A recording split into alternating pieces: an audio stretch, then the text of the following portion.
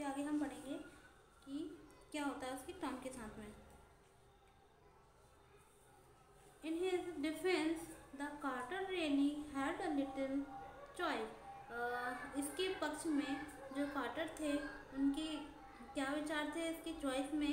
If he hadn't cut the mummies free, यदि उन्होंने उसका जो ऊपर का हिस्सा है वो यदि कट नहीं किया, the thieves most certainly would have the circumvented the guards and the repel its parts remove the gold, कि यदि मान लो इसको नहीं हटाया गया तो जो चोर है वो क्या करेंगे, इसके जो ऊपर का हिस्सा होता है गोल्ड का बना है उसको कट कर देंगे और चोरी करके ले जाएंगे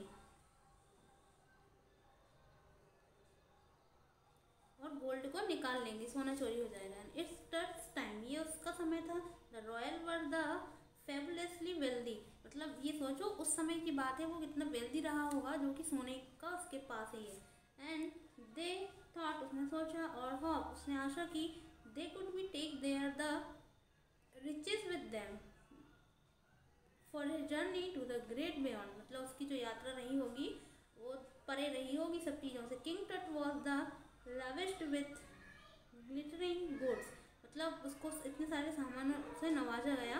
एंड प्रीशियस कॉलर्स, और कितने प्रीशियस कॉलर्स रहे होंगे। इनलेट द नेकलेस, हार जो था उसके पास में, ब्रेसलेट थे, रिंग्स थी और आमलेट थे। And the ceremonial apron, apron जो होता है कोट जैसा होता है जैसे पहनते हैं, तो वो राजाओं का, जो राजा महाराजाओं का कोट होता है ना, देखा वो कितना साइन करता है, वो उसके पास में था। एंड द सैंडल्स, सैंडल्स भी उसके साथ में थे। In the seat for his finger, और जो फिंगर थी फिंगरों के लिए भी था।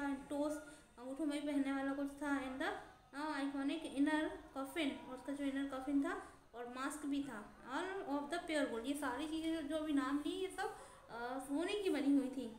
To separate the touch from his adornment, Carter's man remove the mummy's head, जो कार्टर्स मैन थे उन्होंने इसका जो हेड था उसको रिमूव किया।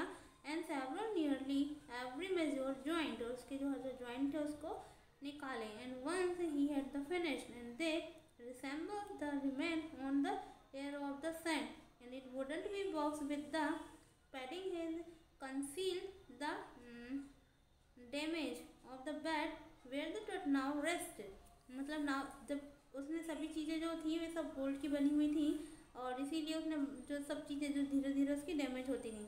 Archaeologist has changes the substantially the intervening the decades, मतलब आर्कियोलॉजिस्ट ने धीरे धीरे इन सभी चीज़ों के बारे में पता लगा लिया। And focusing less on the treasure, मतलब उसकी जो ट्रेजर थी, उसकी जो धन संपत्ति थी उसकी तरफ कम फोकस किया। And more on the fascinating the detail of the life, मतलब और जो उसकी जो लाइफ की जो डिटेल थी उसके बारे में भी बहुत कुछ बताया। And interviewing the mysteries of the death, और ये सब चीज़ें क्यों बताएं कि उसकी जो डेथ के बारे में कुछ तो जो मिस्ट्री है, जो रहस्य है, वो ओपन हो सके। It also uses more sophisticated tools and including the medical technology, यदि हम मेडिकल टेक्नोलॉजी को भी इंक्लूड करें तो इन 1968, more than the 40 years after the कार्टर्स discovery, मतलब कि 40 साल से भी ज़्यादा कार्टर की डिस्कवरी के बाद में, an anatomy professor x-ray and the mummy and reveal the startling fact, मतलब कि काफ़ी जो फैक्ट है इसको उजागर करता है। Beneath the resin take cake his chest, his breast bone and front ribs are missing, मतलब उन्होंने ये देखा कि जो सामने वाला जो केस होता है, मतलब जो रिब केज होता है ना, उसका भी बहुत सारे जो पार्ट्स हैं वो मिसिंग है, मतलब कि किसी ने निकाल लिए हैं। टुडे द डायग्नोस्टिक इमेजिंग, उसका डायग्नोसिस किया गया, इमेज किया गया। Can be done with the complete tomography और the CT by the which 100 of the x-rays in cross the section, मतलब और जो भाग उसके गायब थे वहाँ के भी, और जो भाग थे उसके भी उन्होंने बहुत सारे एक्सरे लिए, डिफरेंट एंगल से लिए।